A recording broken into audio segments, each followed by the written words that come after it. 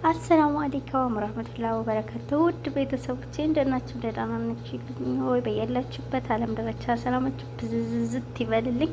እንግዲህ ዛሬ በአዲስ ቪዲዮ ብቅ ብያለሁ ማለት ጠፍቼ ከርሜያለሁ። እንግዲህ ዛሬ ኢንሻአላህ በአዲስ ቪዲዮ ተገናኝተናል። መድነስ ጀምሩት፣ ላይክ፣ ሼር፣ ሰብስክራይብ፣ ኮሜንት አትርሱ እና ዛሬ ማለት በአዲስ ቪዲዮ የመጣሁት ሀጅና ኡምራ አድርጌ ከርሜለሁ። እንግዲህ እስከ መጨረሻው ተከታተሉት እላለሁኝ።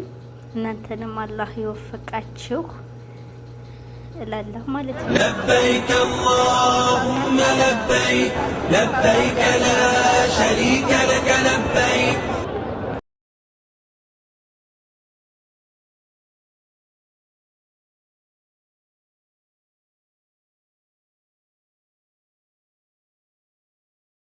ወዳጄ አላህ ካንተ ጋር ሆኖ እንዴት ትከፋለህ? እንዴት ብቸኝነትስ ይሰማሃል? እንዴትስ ትፈራለህ? አላህ ተባረከ ወተዓላ ጉዳዮችህን እንዴት አድርጎ እንደሚያስተናብርልህ ብታቅና ብትረዳ ኖሮ የደስታ እንባዎችን ታነባ ነበር። ወዳጄ ጉዳይህን በሙሉ ለአላህ ተባረከ ወተዓላ ስጠው። መናገር ስትፈልግ አላህን ተባረከ ወተዓላ አናግረው። አላህ ሳትናገር ይሰማሃል። የልብህን አላህ ያውቅልሃል። የኢስላም አገሩ ነው እያሉ መካ ኢላሂ አንተ ያ ረቢ ኢላሂ አንተ ያ ረቢ ኢላሂ አንተ ያ ረቢ ያሞራው ማደሪያ እያሉ ከዋርካው የኢስላም አገሩ ነው እያሉ መካ ኢላሂ አንተ ያ ረቢ ኢላሂ አንተ ያ ረቢ ኢላሂ አንተ ያ ረቢ ያሞራው ማደሪያ እያሉ ከዋርካው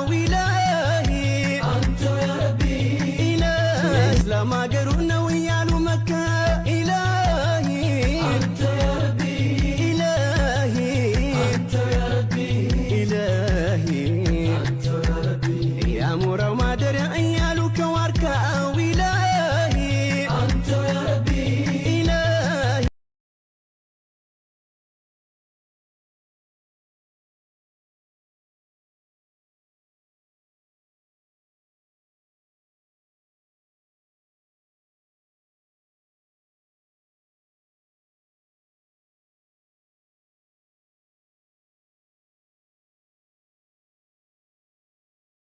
ነገ የውመል ቂያማ ልብ በሉ ወንድሞች፣ ይሄን በደንብ ስሙ።